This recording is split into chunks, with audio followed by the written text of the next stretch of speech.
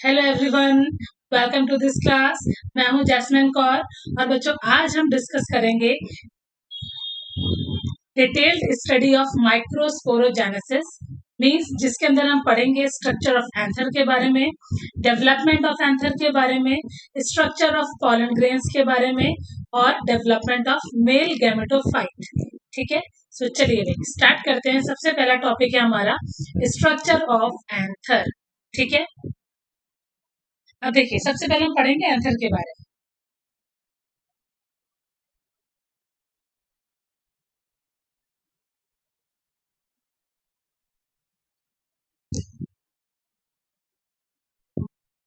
ये है circular structure tip reason.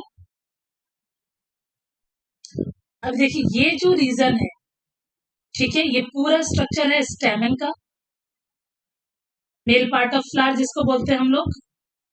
स्टेमन का जो फर्टाइल पार्ट होता है उस फर्टाइल पार्ट को हम लोग बोलते हैं एंथर।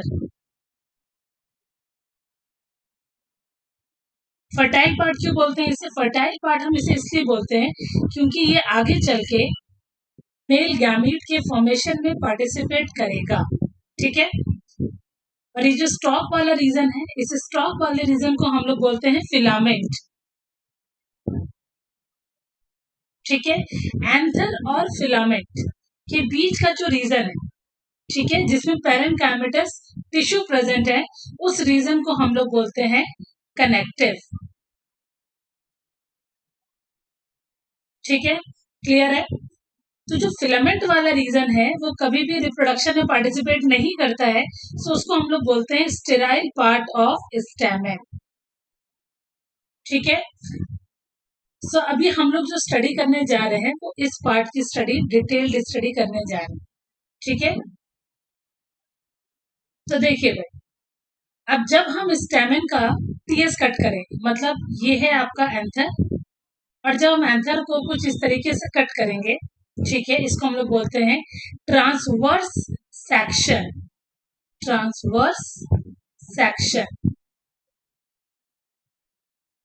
ठीक है, सो हमें कुछ इस तरीके का स्ट्रक्चर दिखेगा जब हम उसका टीएस काटेंगे। ठीक है, तो हमें कुछ इस तरीके का स्ट्रक्चर दिखेगा। ठीक है, तो ये जो एंथर आप देख रहे हैं, अब इस पर्टिकुलर एंथर के स्ट्रक्चर में कितने रीजन है? तो सबसे आउटर मोस्ट रीजन जो है, ठीक है, सबसे बाहर वाला जो रीजन है उसको हम लोग बोलते हैं एपिडर्मिस।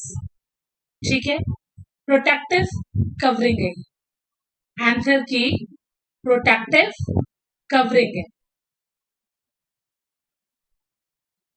ठीक है, दूसरी चीज सिंगल सेल्ड लेयर होती है। ठीक है, जस्ट बिलो, अब जस्ट नीचे वाली जो रीजन है, ठीक है, उसको हम लोग बोलते हैं एंडोथीशियम।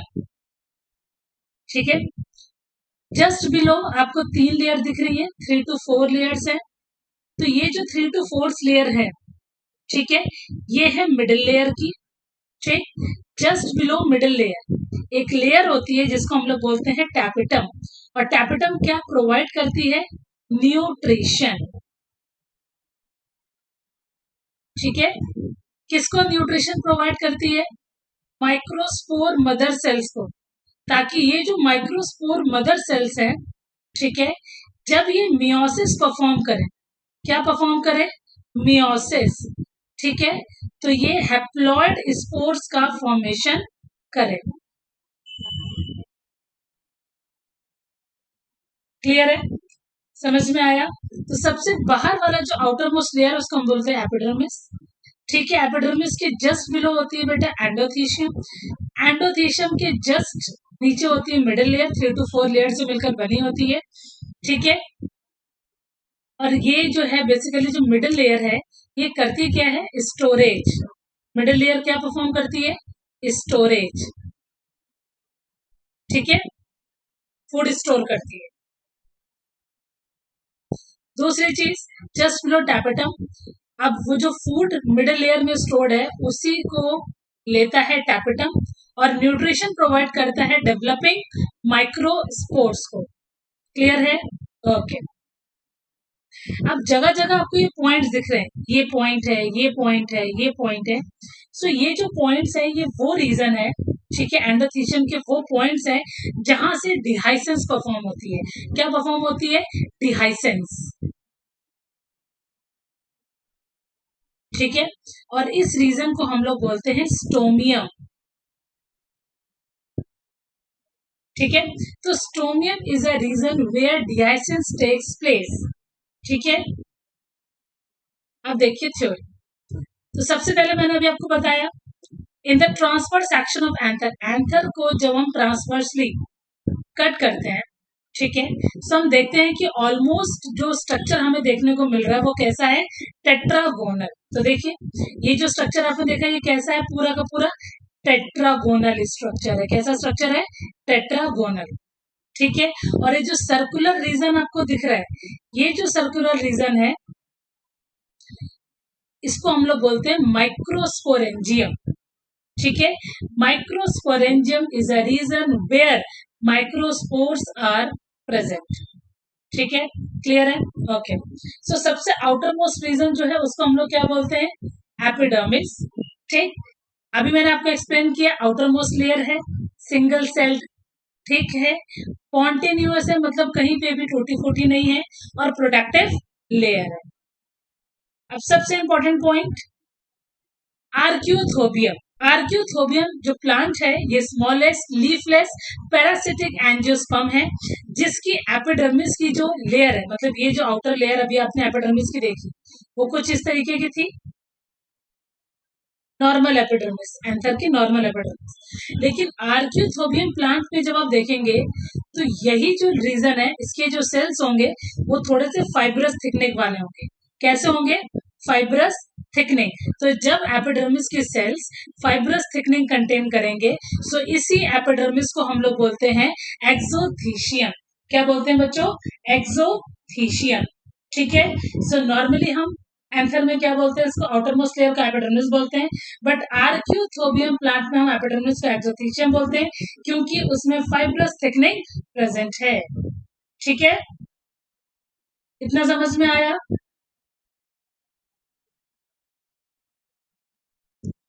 अब आगे देखिए, अब बात करते हैं किसकी? एंडोथीशियम की। अभी मैंने आपको बताया जस्ट बिलो एपिडर्मिस के जस्ट नीचे कौन सी थिक लेयर प्रेजेंट है? आप कहोगे एंडोथीशियम, ठीक है। सो जब एंथर में मैच्योरेशन होता है, ठीक है, तो एंथर की वॉल्स में, एंडोथीशियम की वॉल्स में बहुत सारे चेंजेस देखने को मिलते हैं। जैसे अभी आपने देखा ये है हमारी आउटर मोस्ट लेयर मतलब एपिडर्मिस, ठीक है। अब इसके जस्ट नीचे लगी हुई है एंडोथीशियम, तो ये है एंडोथीशियम, ये है एंडोथीशियम। अब ये जो एंडोथीशियम है अब इसकी वॉल्स में थिकनिंग आ रही है। क्या थिकनिंग आ रही है? जैसे हमने एक वॉल को निकाल लिया, कुछ ऐसा स्ट्रक्चर है इसका, तो ये है इसका कौन सा रीजन? आप कहोगे आउटर मोस्ट रीजन। ये कौन सा रीजन है? इसको हमने मान लिया आउटर रीजन। ये है इसका इनर रीजन या इनर वॉल्स,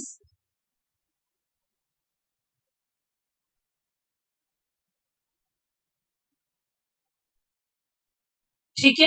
और ये जो ये वाला रीजन है साइड वाला, ये जो साइड वाला रीजन है इसको हमने बोल दिया है रेडियल वॉल,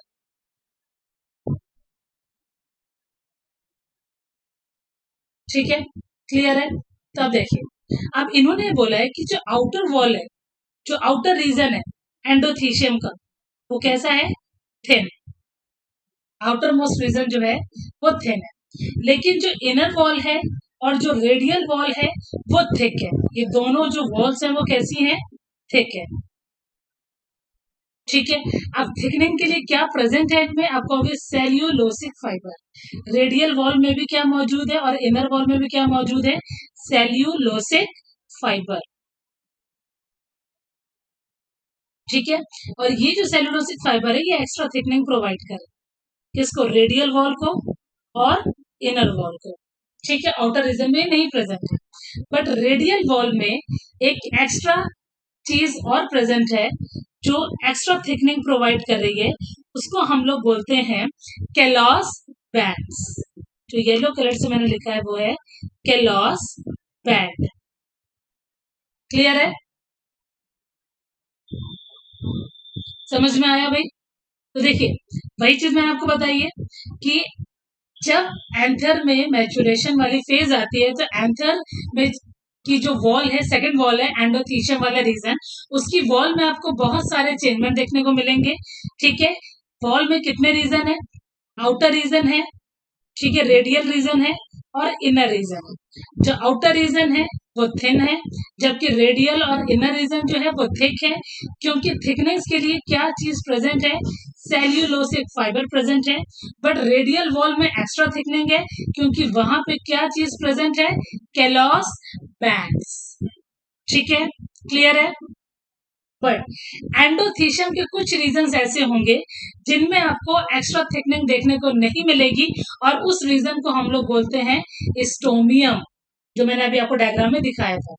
तो ये जो रीजन है यहाँ पे आपको एक्स्ट्रा थिकनिंग देखने को नहीं मिलेगी और इस रीजन को हम लोग बोलते हैं स्टोमियम।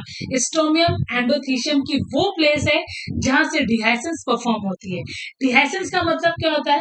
एंडोथीशियम की जो वॉल है वो रप्चर्ड हो जाएगी, ठीक है, और जो डेवलपिंग माइक्रोस्पोर्स है रिलीज हो जाएंगे, ठीक है, पॉलन ग्रेन रिलीज हो जाएंगे और इसी फेज को हम लोग बोलते हैं डिहाइसेंस। सो एंडोथीशियम जो रीजन है एंथर का वो पार्ट है जो क्या परफॉर्म करता है? डिहाइसेंस। सो एंडोथीशियम के कौन से प्लेस से डिहाइसेंस होती है? सो आपको आंसर में टिक लगाना है स्टोमियम। ठीक है, जस्ट बिलो एंडोथीशियम आपको जो रीजन दिखेगा वो है आपका मिडिल लेयर। ये भी मैंने आपको बताया था कि ये है हमारी आउटर वॉल एपिडर्मिस, ठीक है, एपिडर्मिस के जस्ट नीचे है एंडोथीशियम, ठीक है, और एंडोथीशियम के जस्ट नीचे 3 to 4 लेयर है लाइक दिस। और ये जो 3 to 4 लेयर है और इन 3 to 4 लेयर्स को हम लोग बोलते हैं मिडिल लेयर। ठीक है, सो मिडिल लेयर जो है वो कौन से सेल से मिलकर बने हैं? पेरेन्काइमेटा सेल। पेरेन्काइमेटा सेल्स को हम लोग क्या बोलते हैं? Living cells. ठीक है, ये पेरेन्काइमेटा सेल जो होते हैं उनकी सबसे बड़ी प्रॉपर्टी होती है कि जो इनकी सेल वॉल होती है वो कैसी होती है? थिन।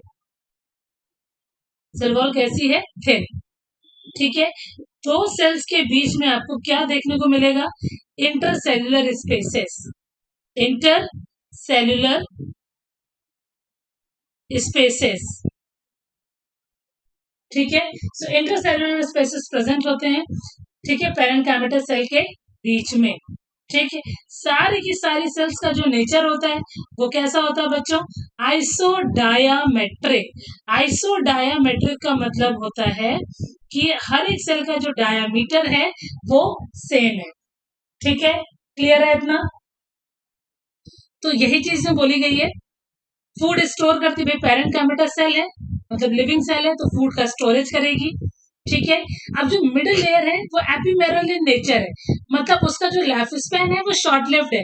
ठीक है, मतलब जब तक फूड स्टोर करती है तब तक ये प्रेजेंट होती है और जैसे ही न्यूट्रिशन मतलब टैपिटम सारा का सारा न्यूट्रिशन मिडिल लेयर से ले लेता है तो मिडिल लेयर का जो काम है वो खत्म हो जाता है, तो जो मिडिल लेयर है वो खत्म हो जाती है। ठीक है, तो मैच्योर एंथर में कभी भी आपको मिडिल लेयर देखने को नहीं मिलेगी। ठीक है, डेवलपिंग एंथर में आपको मिडिल लेयर देखने को मिलेगी। जस्ट इनर में जो लेयर होती है उसको हम लोग क्या बोलते हैं? टैपेटम। अब सबसे नीचे जो लेयर है, ठीक है, इसको हम लोग क्या बोलते हैं? टैपेटम।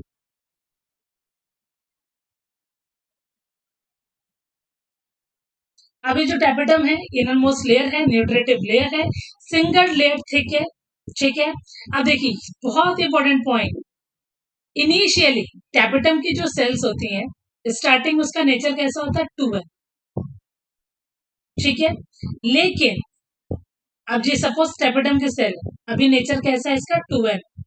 अब जब इसमें एंडोमाइटोसिस होगी और न्यूक्लियस डिवाइड करते जाएंगे, लेकिन मतलब कैरियोकाइनेसिस परफॉर्म हो रही है बट साइटोकाइनेसिस परफॉर्म नहीं हो रही, तो एंडोमाइटोसिस इसको बोलेंगे। क्योंकि एक सेल से दो सेल का फॉर्मेशन नहीं हो रहा है, न्यूक्लियस डिवाइड करता जा रहा है और कंडीशन हो गई मल्टी न्यूक्लिएटेड। सो जो क्रोमोसोम नंबर है वो वैरी कर जाएगा, चेंज हो जाएगा।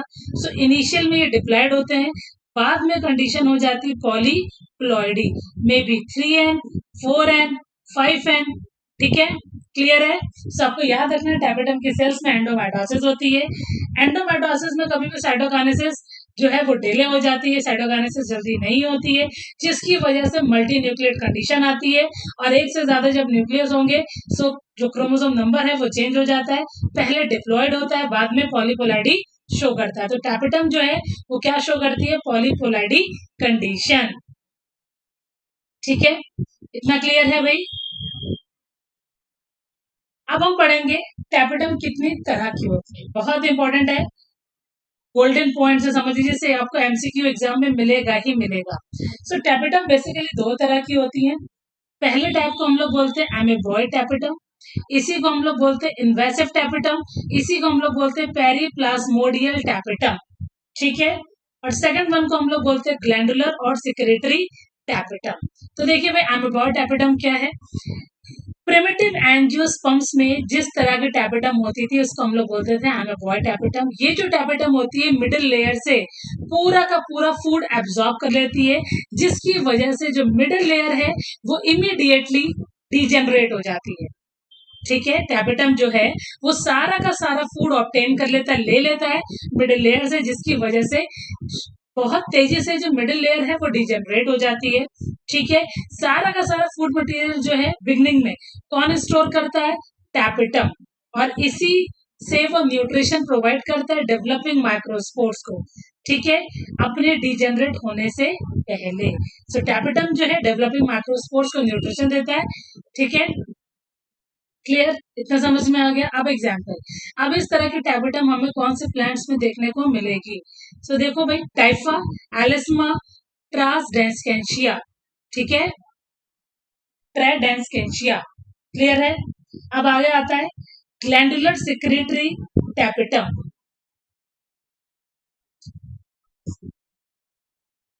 अब जो ग्लैंडुलर और सिक्रेटरी टैपेटम है ये एडवांस टाइप की टैपेटम है, ये कभी भी तुरंत क्विकली डिजेनरेट नहीं होती।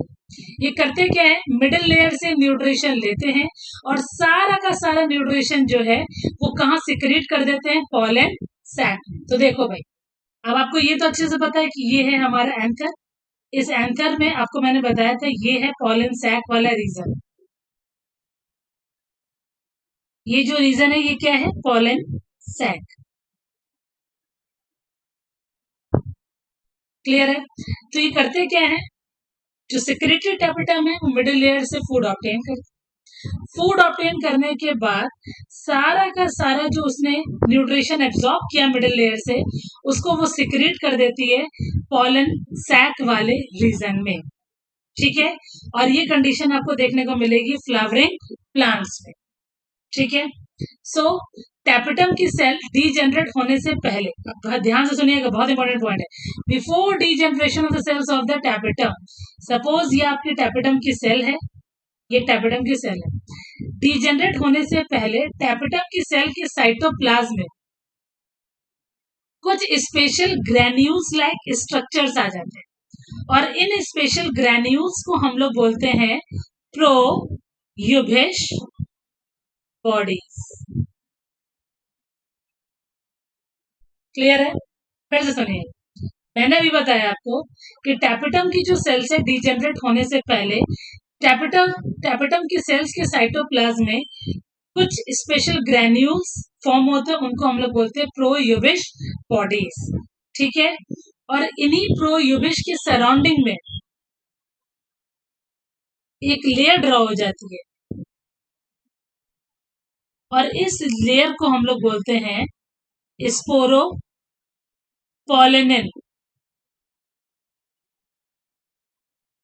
ठीक है, क्या बोलते हैं, स्पोरोपोलेनिन। और जैसे ही प्रोयूबिश के सराउंडिंग में स्पोरोपोलेनिन की लेयर आती है, सो प्रोयूबिश इज कन्वर्टेड इनटू यूबिश बॉडीज, और इसी को बच्चों हम लोग बोलते हैं ऑर्बिक्यूल्स। फिर से सुनिएगा, मैंने भी बताया कि जो सेक्रेटरी टैपेटम है ये मिडिल लेयर से न्यूट्रिशन ऑब्टेन करती है और सारा का सारा जो न्यूट्रिशन है वो पॉलन सैक में सिक्रेट कर देती है। टैपेटम की जो सेल्स है वो डिजेनरेट होने से पहले टैपेटल सेल्स के साइटोप्लाज्म में स्पेशल टाइप के ग्रैन्यूल्स फॉर्म होते हैं, उनको हम लोग बोलते हैं प्रोयूबिश। इनके सराउंडिंग पे स्पोरोपोलिन की लेयर आती है और तो प्रोयूबिश जो है वो कन्वर्ट हो जाते हैं यूबिश बॉडीज और ऑर्बिक्यूल्स में।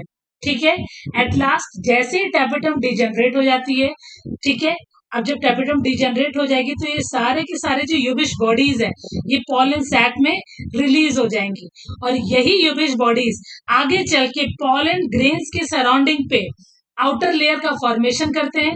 जैसे सपोज ये पॉलन ग्रेन है तो इसके सराउंडिंग पे आउटर लेयर का फॉर्मेशन करते हैं। ठीक है, और ये जो आउटर लेयर है इसको हम लोग बोलते हैं एक्साइन। क्लियर, समझ में आया? अब बात करते हैं हम लोग फंक्शन ऑफ टैपेटम।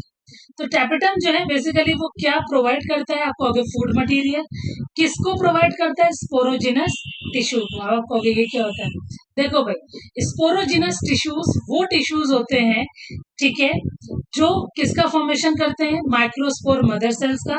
और इन्हीं माइक्रोस्पोर मदर सेल से क्या डेवलप होते हैं? आप कहोगे माइक्रोस्पोर्स और पॉलन ग्रेन्स। सिंपल सी बात आपको याद रखना है, डेवलपिंग माइक्रोस्पोर्स को, डेवलपिंग पॉलन्स को न्यूट्रिशन या फूड मटेरियल प्रोवाइड करती है टैपेटम। उसके अलावा पॉलन ग्रेन्स के सराउंडिंग पे स्पोरोपोलिन की जो लेयर है वो भी सिक्रीट करती है, पॉलन किट मटेरियल तैयार करती है। ठीक है, एंजाइम्स और हार्मोन्स भी प्रोड्यूस करती हैं। पॉलन सैक क्या होता है? पॉलन सैक मैंने आपको अभी बताया था, ये है आपका एंथर। एंथर के अंदर ये है थीका। थीका के अंदर जो ब्लैंक स्पेस है इसी को हम लोग बोलते हैं पॉलन सैक और इसी को हम लोग बोलते हैं माइक्रोस्पोरेंजिया।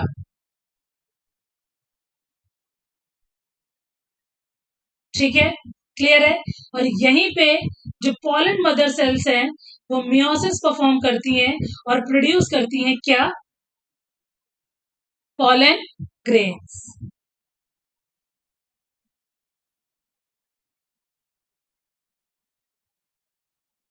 ठीक है, इतना क्लियर हो गया? अब हम लगाएंगे इस टॉपिक से रिलेटेड एमसीक्यूज। सो देखिए, अभी आपने पढ़ा generally in the wall of the anther lobes how many middle layers are form. Middle layer मैंने कितनी बताई थी? 3 to 4, राइट? सो ऑप्शन क्या होगा हमारा? 3। बिफोर डिहाइसेंस ऑफ एंथर, डिहाइसेंस से पहले एंडोथीशियम की जो वॉल है उस पे क्या प्रेजेंट होती है? Fibrous thickening.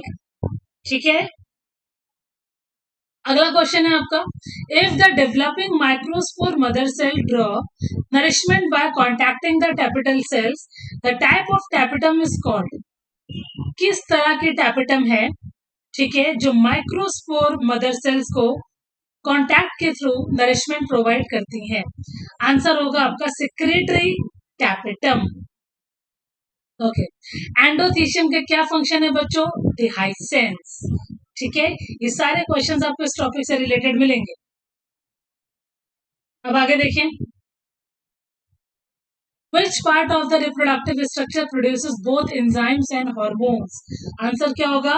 टैपेटम।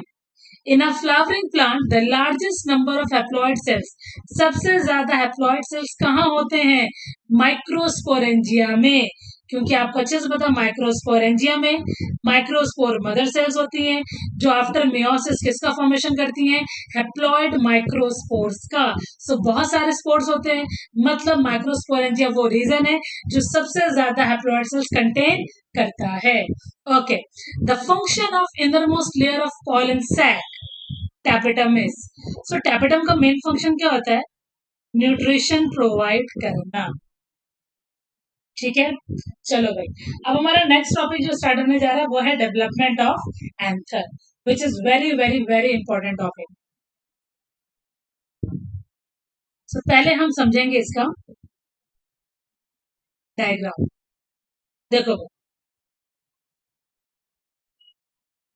अब ये देखिए, सबसे पहली चीज, अब आपको ये पढ़ना है कि एंथर का जो डेवलपमेंट होता है वो कैसा होता है।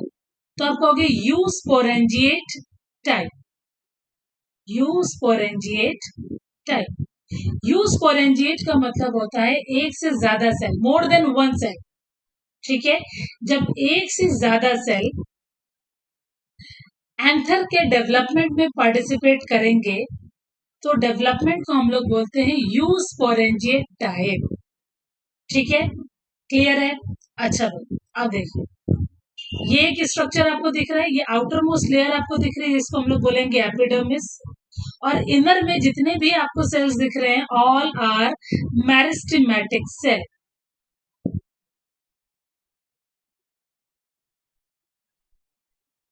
ठीक है, अभी जो मेरिस्टेमेटिक सेल है इनके सराउंडिंग में एक प्रोडक्टिव कवरिंग है जिसको हम लोग बोलते हैं एपिडर्मिस।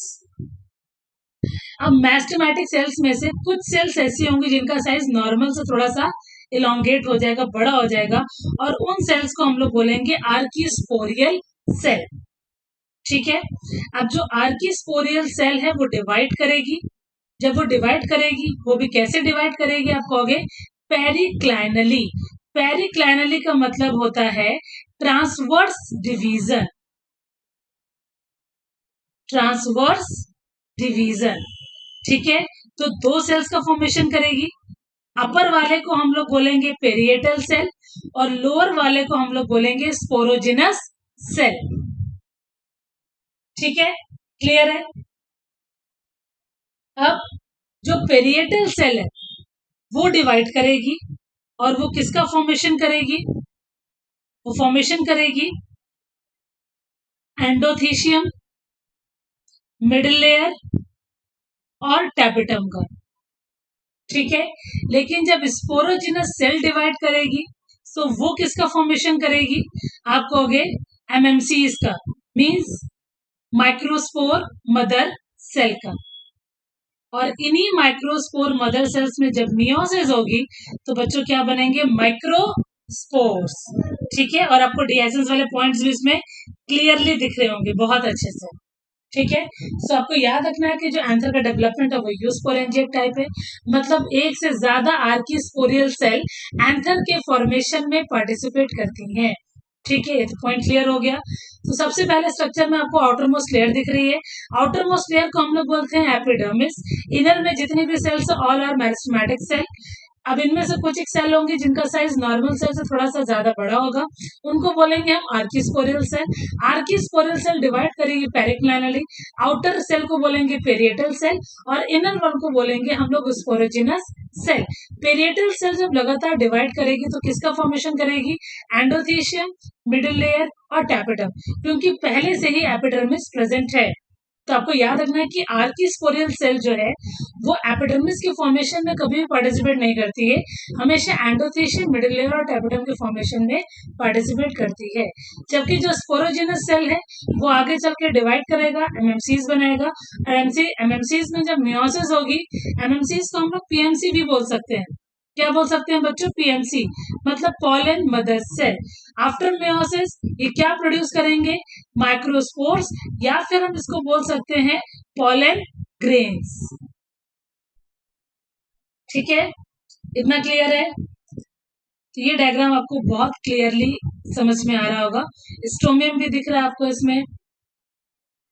ये रीजन जो है कि मैंने आपको हमेशा डायग्राम ऐसे बना के दिखाया है एंथर का, तो ये जो पॉइंट है ये आपको यहाँ पे दिख रहा है, connective, epidermis, endothecium, middle layer, pollen grains, और ये स्टोमियम वाला रीजन है जहां से क्या होती है, डिहाइसेंस।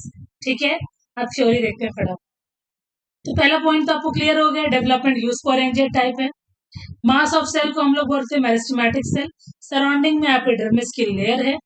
ठीक है, अब चारों कॉर्नर्स में कुछ सेल्स जो हैं उनका जो न्यूक्लियस है वो थोड़ा सा लार्ज हो जाएगा, साइटोप्लाज्म डेंस हो जाएगा, और उन सेल्स को हम लोग बोलते हैं आर्कीस्पोरियल सेल्स।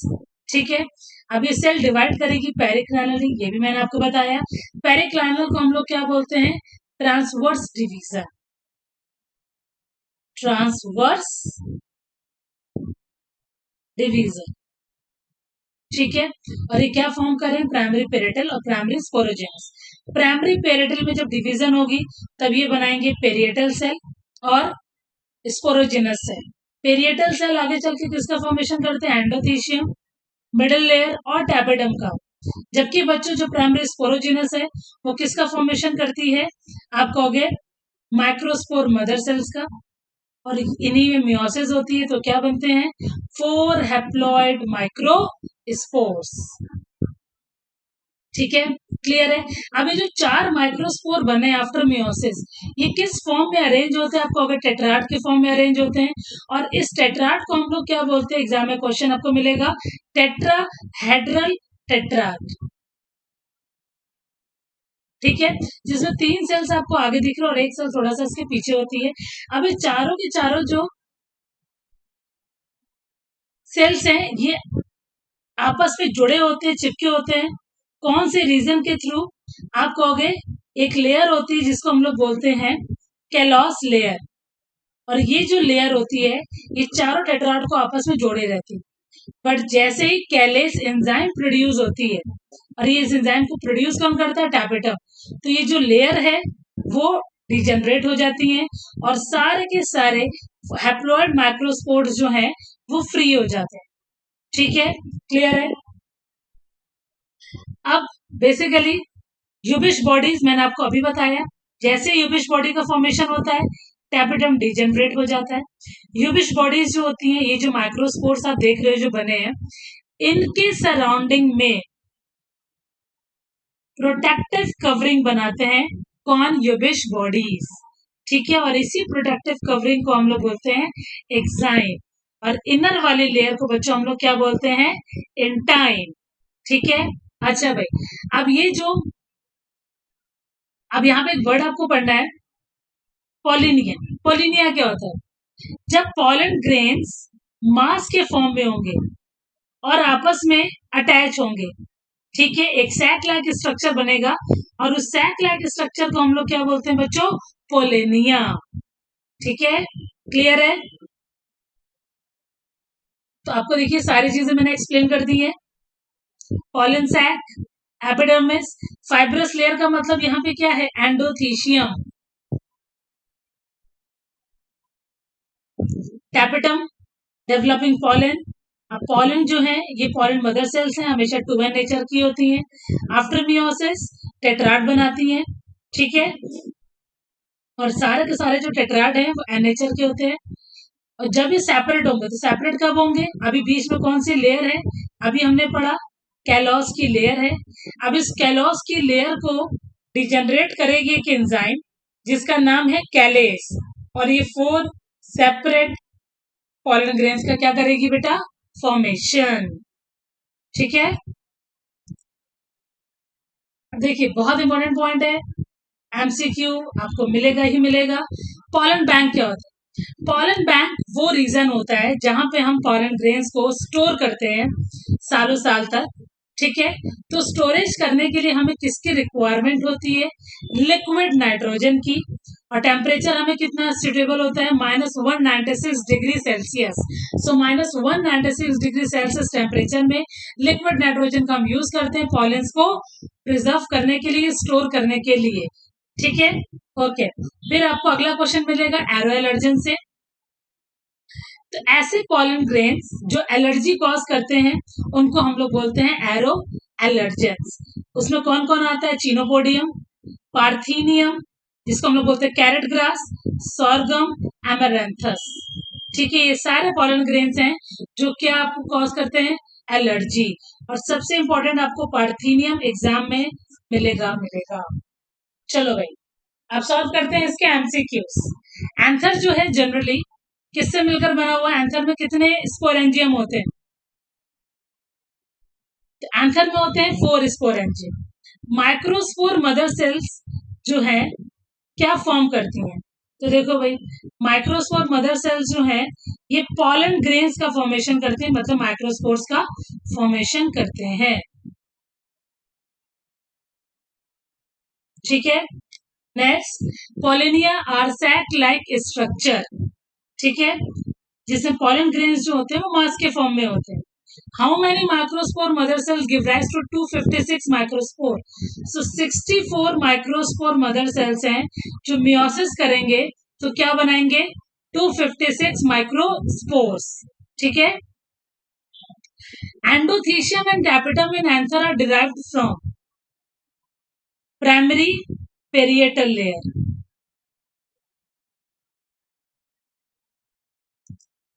अब आता है हमारा नेक्स्ट टॉपिक, बहुत ध्यान से सुनिएगा, structure of microspores and pollen grains. So देखो भाई, अभी आपने पढ़ा कि पॉलन ग्रेन्स जो है वो सेपरेट हो गई हैं। शेप क्या होता है उनका, स्पेरिकल। मेजरिंग साइज क्या है इनका, 25 to 50 माइक्रोमीटर्स डायमीटर के होते हैं। अब पॉलन ग्रेन के सराउंडिंग पे, ये हमारे पॉलन ग्रेन है, ठीक है, इसके सराउंडिंग पे आपको एक प्रोटेक्टिव लेयर दिखेगी। तो जो आउटर वाली लेयर है उसको हम लोग बच्चों बोलते हैं एक्साइन। अब ये जो एक्साइन है, ठीक है, ये किससे मिलकर बनी है, स्पोरोपोलिन से, ठीक है, जो हाईली रेसिस्टेंट ऑर्गेनिक मटेरियल होता है, मतलब एनवायरनमेंट से प्रोटेक्शन प्रोवाइड करता है, ठीक है, और पॉलन ग्रेन को ऐसे प्रिजर्व करता है जैसे कि फॉसिल हमेशा गुड कंडीशन में रहता है। एनवायरनमेंट में प्रेजेंट कोई भी एंजाइम स्पोरोपोलिन को डिग्रेड नहीं कर सकती, ठीक है। अब बच्चों जो इनर वाली वॉल है उसको हम लोग क्या बोलते हैं, एंटाइन। अब जो एंटाइन है वो किससे मिलकर बनी है, पैक्टिन और सेल्यूलोज से, जिसको हम बोलते हैं पैक्टोसेल्यूलोज, ठीक है। अब एक्साइन वाले रीजन में आपको जम्पोर दिखेंगे, क्या दिखेंगे, जम्पोर। जम्पोर वो रीजन होते हैं जहां पे स्पोरोपोलिन की लेयर नहीं होती है। एक्साइन का वो पार्ट जहां पे स्पोरोपोलिन एब्सेंट है, उस रीजन को हम लोग बोलते हैं जम्पोर। और जम्पोर से ही क्या निकलती है, पॉलन ट्यूब, ठीक है। पॉलन ग्रेन्स के डिटेल्ड स्टडी को बच्चों हम लोग क्या बोलते हैं, पॉलिनोलॉजी, ठीक है। अब एक इंपॉर्टेंट पॉइंट आपको बताती हूँ जो आपको याद रखना है, जैसे कि अगर एक्साइन में सिर्फ एक ही लेयर है, मतलब एक ही जंप हो है, तो कंडीशन को हम लोग बोलते हैं मोनोकॉल पेट। ये कंडीशन आपको मोनोकॉट्स में दिखेगी। और अगर 3 जंप और है तो कंडीशन को हम लोग बोलते हैं ट्राई कॉलपेट, और ये कंडीशन आपको डायकॉट्स में मिलेगी, ठीक है, क्लियर। ये डायग्राम मैंने आपको बता ही दिया। आउटर मोस्ट लेयर आपको एक्साइन दिख रही है, इनर में आपको एंटाइन दिख रही है, सराउंडिंग पे आपको पोर्स दिख रहे हैं जिनको हम लोग बोलते हैं जंप पोर, ठीक है। अब देखिए, जितने भी पॉलन ग्रेन्स होते हैं उनके सराउंडिंग में एक ऑयली लेयर होती है, और उसी ऑयली लेयर, मतलब वो जो ऑयली लेयर है वो लिपिड्स और कैरोटिनॉइड से मिलकर बनी होती है, जो ओवरऑल किसका फॉर्मेशन करती है, पॉलन किट का। और इसी पॉलन किट्स के थ्रू इंसेक्ट्स अट्रैक्ट होते हैं पॉलिनेशन परफॉर्म करने के लिए। अब हम पढ़ेंगे फंक्शन क्या है पॉलन किट का। देखो, पॉलन किट जो है वो पॉलन ग्रेन्स को प्रोटेक्ट करती है हार्मफुल यूवी रेज से, इंसेक्ट्स को अट्रैक्ट करती है, ठीक है। येलो कलर का होता है, तो जो पॉलन किट है बेसिकली येलो कलर से इंसेक्ट बहुत ज्यादा अट्रैक्ट होते हैं, ठीक है। और पॉलन किट आपको कैप्सुला के प्लांट के पॉलन ग्रेन्स में भी देखने को मिलेगी। अब बात करते हैं एमसीक्यूज की। एंटाइन जो है वो किससे मिलकर बनी है, अभी हमने पढ़ा है, cellulose and pectin. Germ pore on the pollen grains are found, germ pore कहाँ होता है, एंटाइन एक्साइन, एक्साइन पे होता है। Fossil pollen grain present in the area में be helpful in the exploration of. अब जो फॉसिल पॉलन ग्रेन है वो कोल, पेट्रोलियम सबका फॉर्मेशन करता है, तो हम आंसर में टिक लगाएंगे ऑल ऑफ द अबव।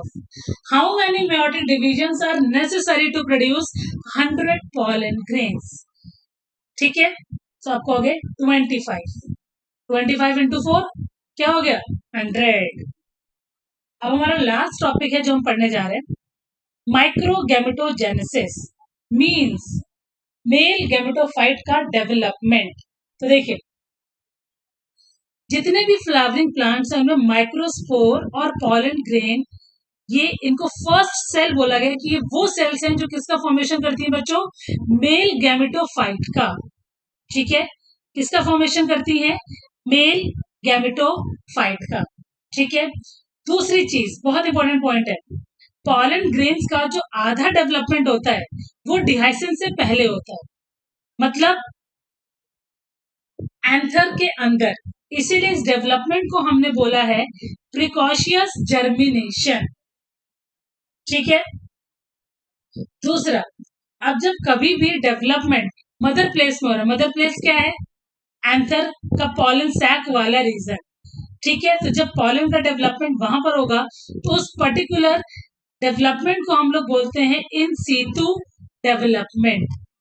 ठीक है। बाहर होगा तो क्या बोलेंगे, एच सीटू। ठीक है। तो डेवलपमेंट पॉलन सैक के अंदर हो रहा है तो हम लोग बोलेंगे इन सीटू। डिहाइसिन से पहले हो रहा है जर्मिनेशन तो हम लोग बोलेंगे प्रिकॉशियस जर्मिनेशन। ठीक है। अब देखिए हम लोग पढ़ते हैं प्री पॉलिनेशन डेवलपमेंट। समझिएगा ध्यान से, ये हमारा हैप्लॉइड न्यूक्लियस है। ठीक है। मतलब ये है हमारा, हमने मान लिया माइक्रोस्पोर। अब इसमें अनइक्वल डिवीजन होगा, एक स्मॉलर सेल होगा और एक लार्जर सेल होगा। लार्जर वाले को हम लोग बोलते हैं ट्यूब सेल। ठीक है। या फिर वेजिटेटिव सेल। न्यूक्लियस को बोलेंगे वेजिटेटिव न्यूक्लियस या फिर ट्यूब न्यूक्लियस। स्मॉलर सेल्स को हम लोग बोलते हैं जेनरेटिव।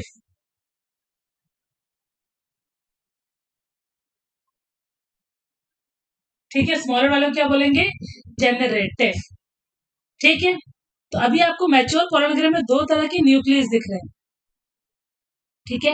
तो ये न्यूक्लियस आते कैसे, आपको आगे अनइक्वल डिवीजन होती है, एक होती है स्मॉलर सेल और एक होती है लार्जर सेल।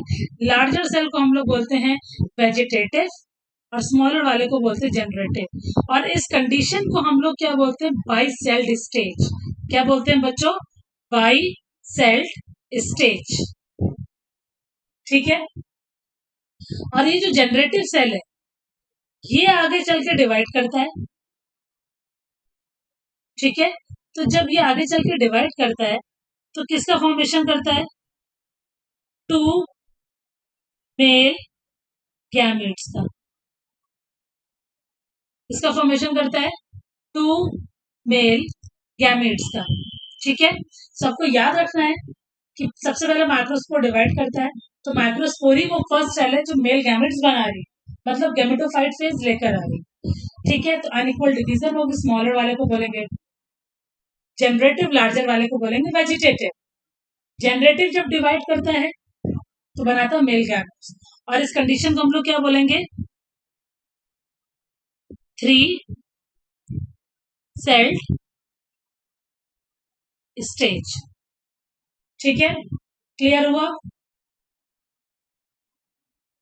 देखिए डायग्राम जो मैंने आपको अभी एक्सप्लेन किया, ये है माइक्रोस्पोर मदर सेल्स, मियोसिस हुई, क्या बने, फोर हैप्लॉइड माइक्रोस्पोर्स।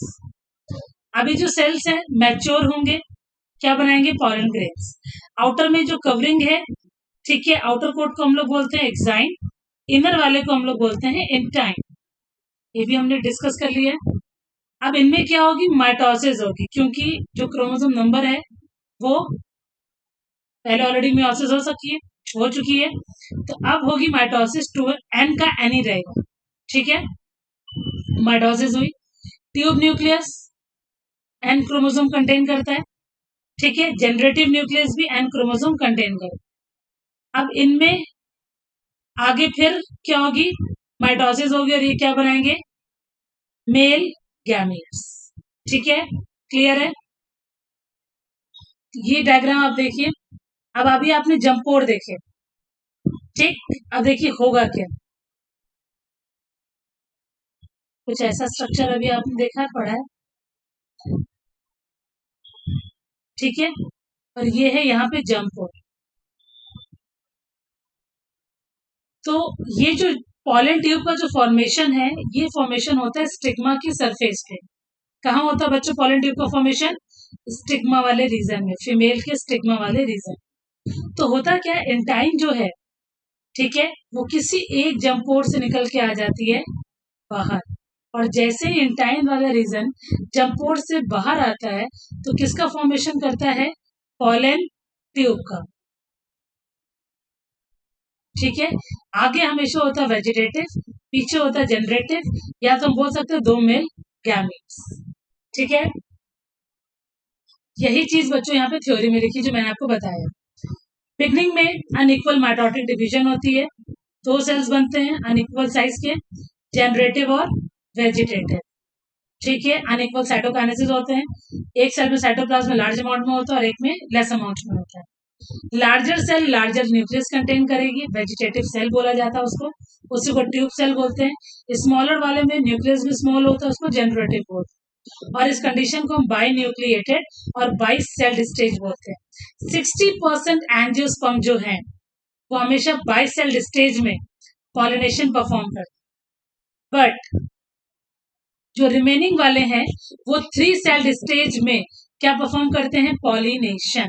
ठीक है, 3 सेल्ड स्टेज में क्या होगा? जो जनरेटिव है वो 2 मेल गैमेट्स का क्या करेगा? फॉर्मेशन। ठीक है, सो पॉलन का जो डेवलपमेंट होता है वो स्पोरेंजियम के अंदर हो रहा है, इसलिए इसको हम लोग क्या बोल रहे हैं? Endosporic development. अब आते हैं हम अपने एमसीक्यू में। At the time of pollination how many cells are formed in the pollen grains? बताओ भाई। 2। ठीक है, 2 सेल स्टेज होती है, वेजिटेटिव और generative. Branch type of pollen tube, कौन सी ऐसी पॉलन ट्यूब है जिसमें ब्रांचिंग होती है? कुकुरबिटा। ठीक है, in a pollen grain larger nucleus is, larger nucleus किसका होता है? Tube nucleus. ठीक है, फिर आगे देखें। If the leaf cell has 8 chromosome it is most likely that, देखो पेरेंट सेल अगर 2n है और 2n में 8 क्रोमोसोम, और जब वो गैमेट्स बनाएगा 2n से n का फॉर्मेशन होगा तो क्रोमोसोम नंबर हो गया जस्ट हाफ। आंसर क्या होगा? Gametes will have 4 chromosome. ठीक है, अब जो पॉलन ग्रेन है वो क्या है? तो पॉलन ग्रेन जो है वो पार्शियली डेवलप्ड मेल गैमेटोफाइट है, पार्शियली डेवलप्ड मेल गैमेटोफाइट। ठीक है, अब आगे देखें।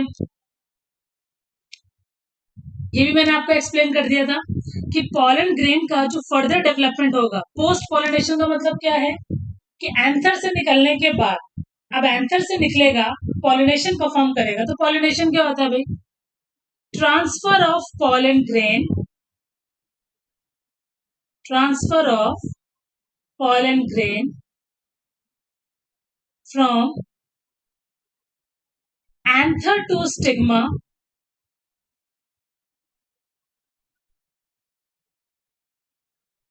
ठीक है, इज कॉल्ड पॉलिनेशन।